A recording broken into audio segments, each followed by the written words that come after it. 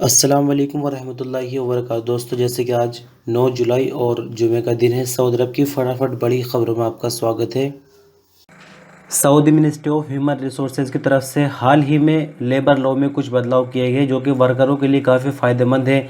साथ ही आप देखें कि कंपनी को काफ़ी सख्त किया गया है रूल्स को फॉलो करने के लिए। तो सबसे पहले बात करते हैं कि अगर कोई भी कंपनी यानी अपने नाम से वीज़ा जारी करके अपना बंदा किसी को बेच देते हैं, दूसरी कंडीशन में वीज़ा बेचने में अगर किसी तरह की कोई भूमिका निभाई जाती है, यानी किसी भी तरह का कोई रूल है कंपनी का वीज़ा को बेचने में, और तीसरी कैटेगरी ये हुई कि वर्कर को अगर बिना वर्क एग्रीमेंट के काम पर रखा जाता है, तो इन तीनों कंडीशन में 20,000 रियाल तक का जुर्माना कंपनी पर हो सकता है। साथ ही आपको बता दें कि इसमें एक पॉइंट ये भी शामिल किया गया है कि जो सऊदियों के लिए प्रोफेशन रिजर्व होता है, अगर उस पर सऊदी को ना रखा गया, अजनबी उस पर पा जाता है, ऐसी कंडीशन में भी 20,000 रियाल का जुर्माना कंपनी पर लगेगा।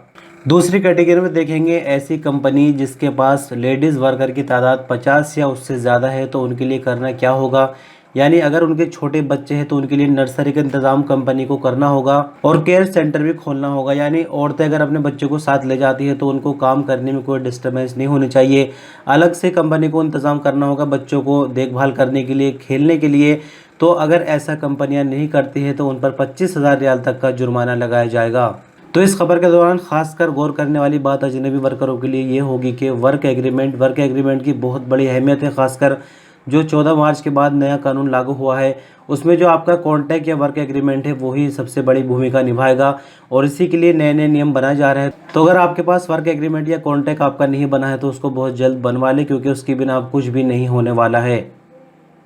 2 दिन पहले हम एक खबर के बारे में बात कर रहे थे जिसमें आपको ये बताया गया था कि माहिल नसीर में एक तेज़ रफ्तार ट्रक ने इशारे पर खड़ी गाड़ियों में टक्कर मार दी, यानी गाड़ियों को रौंद डाला, जिसके नतीजे में 2 लोगों की मौत हो गई और एक की हालत नाजुक है। तो आपको बता दें कि जो हालत नाजुक थी वो भी मौत हो गई, यानी टोटल 3 मौत उस हादसे के दौरान हो चुकी है और मरने वालों का भी फिलहाल पता चल चुका है। यानी मरने वालों में एक पाकिस्तानी जिसकी उम्र 48 साल है, दूसरा सऊदी जिसकी उम्र 74 साल है, तीसरा फिलिपीनी है जिसकी उम्र 37 साल है, जबकि एक 52 साल के मिस्री की हालत अभी भी नाजुक बताई जा रही है।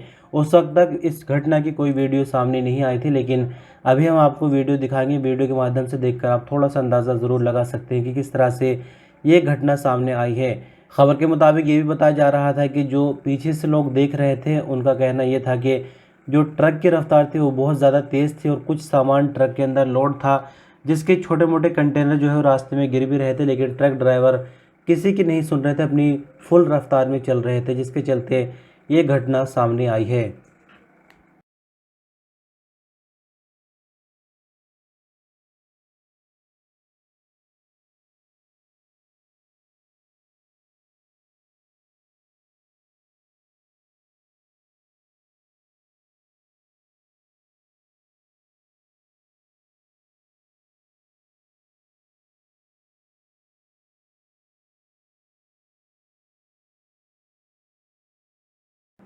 सऊदी मिनिस्ट्री ऑफ हेल्थ का कहना है कि सऊदी भर के सभी रीजन्स में अब तक कोरोना वैक्सीन की 1,91,92,692 खुराकें दी जा चुकी है। अखबार 24 के मुताबिक 17.1 मिलियन पहली खुराक और 2 मिलियन दूसरी खुराक दी गई है, जबकि 1.39 मिलियन बूढ़े लोगों को दोनों खुराक दी जा चुकी है। मिनिस्ट्री ऑफ हेल्थ ने बताया कि बीते 24 घंटों के दौरान सऊदी शहरियों और यहाँ रहने वाले अजनबियों को 1,94,500 से ज़्यादा खुराकें दी गई है। जानकारी के लिए बता दें कि सऊदी अरब में वैक्सीनेशन की जो शुरुआत की गई थी वो 17 दिसंबर 2020 को शुरू की गई थी, लेकिन बीच में वैक्सीन की कमी पड़ गई और दोबारा जो वैक्सीन का चरण शुरू किया गया है वो 18 फरवरी 2021 को किया गया है, जो लगातार अभी तक जारी है।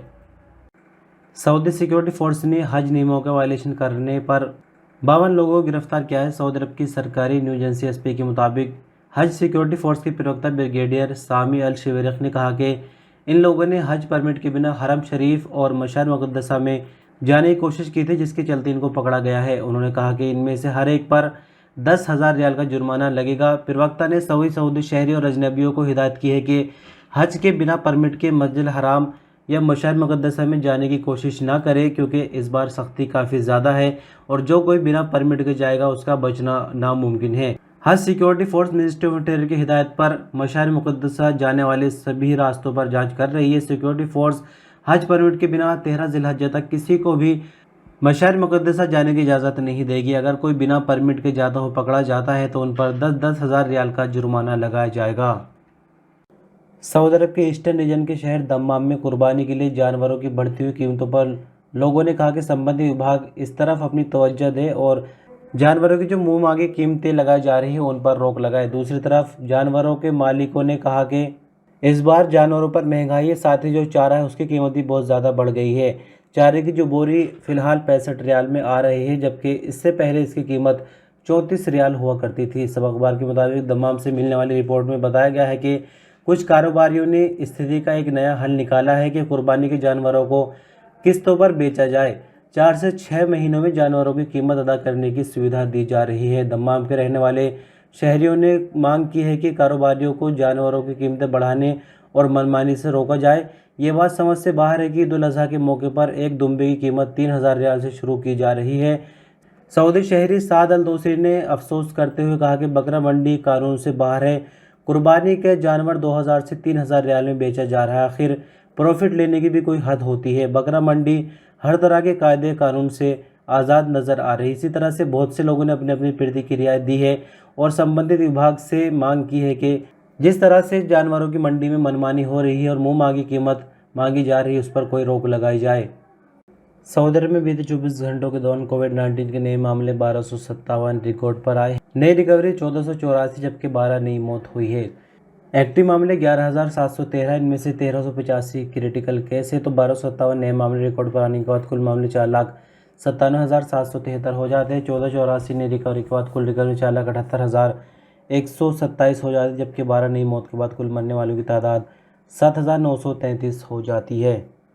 सऊदी अरब की राजधानी रियाद में पुलिस प्रवक्ता मेजर खालिद क्रेदिस ने कहा कि शहर में कार स्क्रैचिंग के वायरल वीडियो में नजर आने वाले दोनों सऊदी शहरियों को गिरफ्तार कर लिया गया। सऊदी न्यूज एजेंसी एसपी के मुताबिक रीजनल पुलिस प्रवक्ता मेजर खालिद क्रेदिस का कहना है कि दोनों सऊदी की उम्र 30 साल है। उन्होंने कई गाड़ियों पर सिक्योरिटी पुलिस के हॉर्न और लाइट वगैरह भी इस्तेमाल की थी। दोनों सऊदियों को स्क्रैचिंग का शौक भी था और उसकी वीडियो बनाकर सोशल मीडिया पर भी वायरल किया करते थे। अल-क्रेदिस ने आगे कहा कि पुलिस ने वीडियो क्लिप में नजर आने वाले दोनों सऊदियों की पहचान करके उनको गिरफ्तार कर लिया। उनके खिलाफ मुकदमा दर्ज कर लिया गया, उन्हें पब्लिक प्रोसिक्यूशन के हवाले भी कर दिया गया है। सऊदी मिनिस्ट्री ऑफ इंटीरियर ने अदालत के हुक्म पर अमल करते हुए डकैती और इंडियन अकाउंटेंट का कत्ल करने वाले सऊदी शहरी को सजाए मौत दे दी है। सऊदी प्रेसिडेंसी के मुताबिक मिनिस्ट्री ऑफ इंटीरियर की तरफ से जारी बयान में कहा गया है कि सऊदी शहरी फवाद बिन नौफ बिन अब्दुल्ला ने जद्दा की एक कंपनी में डकैती की। इस दौरान कंपनी के इंडियन अकाउंटेंट अमीर अली को मौत के घाट उतार दिया, उसकी लाश को भी छिपा दिया था। मिनिस्ट्री ऑफ इंटीरियर ने कहा कि सिक्योरिटी फोर्स की टीमें भागे हुए सऊदी को गिरफ्तार करने में कामयाब हो गई। मिनिस्ट्री ऑफ इंटीरियर ने आगे कहा कि अदालत ने लूटमार, कत्ल करने और लाश की बेइज्जती करने के इल्ज़ाम साबित हो जाने पर सऊदी शहरी को हद अल हराबा की सज़ा सुनाई थी। अपील कोर्ट और सुप्रीम कोर्ट ने सजाए मौत की पुष्टि कर दी, जबकि रॉयल कोर्ट ने भी सजाए मौत के फैसले को बरकरार रखा और जुमरात को जद्दा में इस बंदे को फांसी दे दी गई। और अंत में बात करेंगे मौसम की। सऊदी मौसम विभाग का कहना है कि जुमे को भी सऊदी भर में तेज़ गर्मी पड़ेगी। तेज़ रेतीली हवाओं की वजह से ईस्टर्न रीजन में विजिबिलिटी काफ़ी हद तक कम हो जाएगी। अखबार 24 के मुताबिक मौसम विभाग का कहना है कि अल-जौफ और तबूक रीजनों, जबकि नजरान और उसके दक्षिण पश्चिमी पहाड़ी इलाकों, मक्का मुकर्रम, मदीना मुनव्वरा, जबकि उसके समुद्र तटीय इलाकों पर तेज़ रेतीली हवाएं चलेंगी। टेम्परेचर की अगर बात करें तो मौसम विभाग का कहना है कि जुम्मे को अल-अहसा में मैक्सिमम टेम्परेचर 49 डिग्री सेंटीग्रेड, जबकि अल-सौदा में कम से कम टेम्परेचर 15 डिग्री सेंटीग्रेड रहेगा। तो दोस्तों बस खबरें यहीं ख़त्म हो जाती। बहुत बहुत शुक्रिया, आप वीडियो पर अंत तक बने रहे। छोटा सा एक लाइक दे सकते, चाहे तो शेयर कर सकते हैं, चैनल में सब्सक्राइब कर सकते हो। कोई सवाल सुझाव होता कमेंट में पूछ सकते हैं। अपना ख्याल रखिएगा। अल्लाह हाफिज़।